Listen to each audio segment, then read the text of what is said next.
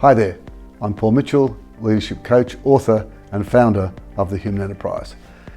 Over 40 years I've worked with all sorts of leaders. I've worked with some very good ones and I've worked with some great ones.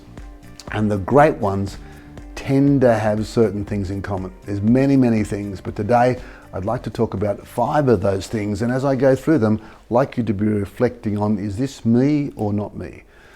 So the first thing they get is that organisations don't perform, people behave. And as a result of people's behaviour, you get a thing called organisational performance. So if you're in charge of changing organisational performance, it's a very simple equation. You have to change people's behaviour.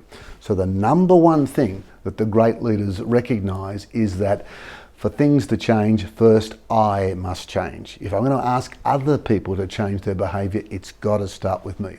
So they're zealots, they're passionate about developing their awareness, developing their skills, getting better. It might be going to workshops or reading books or joining organisations such as the Executive Connection or CEO Forum, but they're just absolutely passionate about getting better, and they realise that's got to start with them.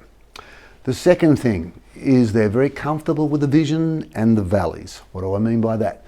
Yes, they'll have inspiring shared visions. They'll talk about possibilities. They'll talk about the future. But they're also very comfortable getting down and dirty. I remember Tom Peters, who I think is still around, a leadership or management consultant, who used to talk about not just MBA, Master of Business Administration, but MBWA, management by wandering around. And that's what I see the great leaders do. Yep, they'll have the shared vision, but they'll get down and they'll get dirty. They'll be as comfortable in the boardroom as they are in the staff lunchroom. I think Kipling summed it up beautifully when he said, "And walk with kings, nor lose the common touch."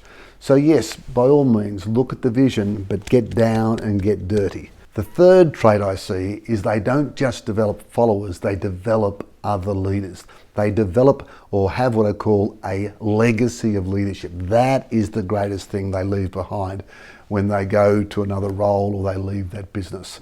They realise that the real asset is in the leaders that are in that business, not just the products or the services as such. The fourth thing that I see great leaders do is they foster an environment of execution excellence. They gather around people that want to deliver. If not, you've got what I call have to energy. Have to energy is when I'm going to hold you accountable, and people feel they have to do it. It's a compliance as such. Whereas with execution excellence, you have what I would call want to energy. I'm committed to doing this. I don't want to let other people down. And so you get this real environment of execution excellence. In the old days, it used to be IQ, get people who are really smart. And then it became EQ, get people who've got great emotional skills, people skills. I believe that the great leaders, and I see the great leaders focusing on XQ. What do I mean by that? It stands for execution quotient. So if you've got 10 things to do by a certain time to a certain budget and you only do 6, then 6 out of 10, your execution quotient is 60%. But if you get someone maybe not that smart, maybe reasonable people skills, but 10 things and all those 10 are done on time, to budget, to standard, guess what? They've got a massive execution quotient. So what I see again, great leaders doing is constantly looking for people with really huge execution quotient. The final one I want to talk about today, and as I said, there's many traits, is that great leaders milk the magic. And they do this in 2 ways. One, they sweat the assets and they really appreciate the talent. What's sweating the assets? An old accounting firm. If you've got a particular a brand that's really good, they maximize the value of that brand. If you've got a service that's fantastic, they maximize the value of that particular service.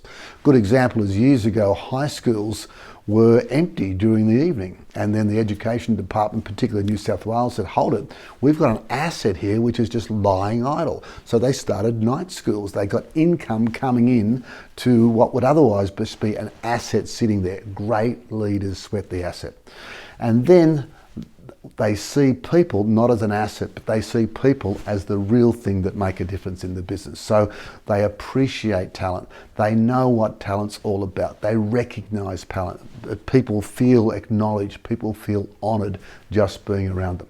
So there we have it. 5 different things that great leaders do. How do you shape up? Which one of those is one that you do well? Which one of those is one that maybe you need to have a look at, a bit of a think about, and probably just take to the next level?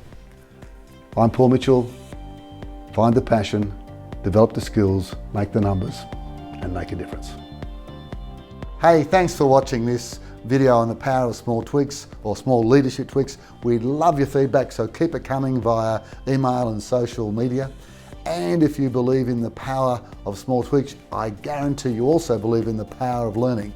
So please, if you want to continue your learning, grab a copy of my latest book, Your Leadership Diamond, How to Transform the Way You Live Your Life, Lead Your People and Leave a Legacy.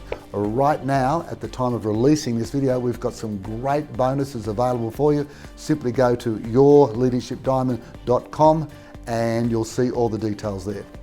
Keep polishing.